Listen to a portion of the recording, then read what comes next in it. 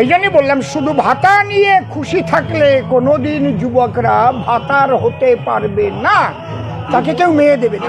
ভাতা নিয়ে যদি তারা খুশি থাকে, আমি বলেছি, তাহলে তাদের তো কেউ মেয়ে দেবে না, তারা কোনোদিন ভাতার হতে পারবে না। মাননীয় মুখ্যমন্ত্রী শুধু ভাতার রাজনীতি করেন, কিন্তু এই যে যুবকদের ভাতা 41 বছর পর্যন্ত ভাতা দেওয়া হবে, কখনো তিনি বলেননি যে বিএ পাস করলে চাকরি দেওয়া হবে।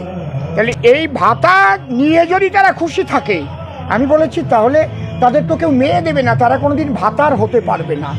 ভাতার শব্দটা হচ্ছে গ্রাম্য, যেমন ভর্তা থেকে সংস্কৃত শব্দ হচ্ছে ভর্তা, যিনি ভরণ পোষণকারী, যিনি ভাত কাপড় দিয়ে থাকেন, ইংলিশে বলে হাজব্যান্ড, আর আমরা যাকে বলি বাংলায় স্বামী, আমাদের গ্রাম্য আঞ্চলিক উপভাষায় তাকে ভাতার বলা হয়। আপনি সুবল চন্দ্রের অভিধানটা খুলে দেখতে পারেন, এক্ষুনি গুগল দিয়ে সার্চ করলেও এটা বুঝতে পারবেন।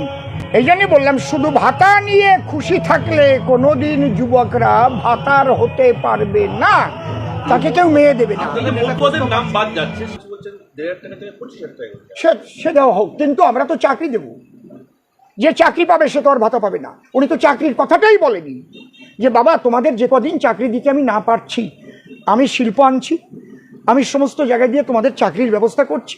যারা রিটায়ার্ড হয়ে গেছে, যেখানে খালি পদ রয়েছে কয়েক লক্ষ, আমি ইমিডিয়েটলি আমি সরকারে এলে তোমাদের চাকরির ব্যবস্থা করছি। যে কদিন দিতে পারছি না, তোমরা অন্তত হাত খরচাটা নিয়ে চলো।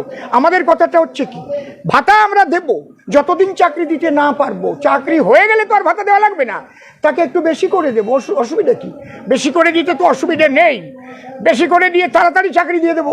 চাকরি পেলে আর তো আর ভাতার দরকার তার হবে না, চাকরির বেতন পেলেই হয়ে যাচ্ছে, আর সে ভাতারও হবে। বলছি, মমতা বন্দ্যোপাধ্যায়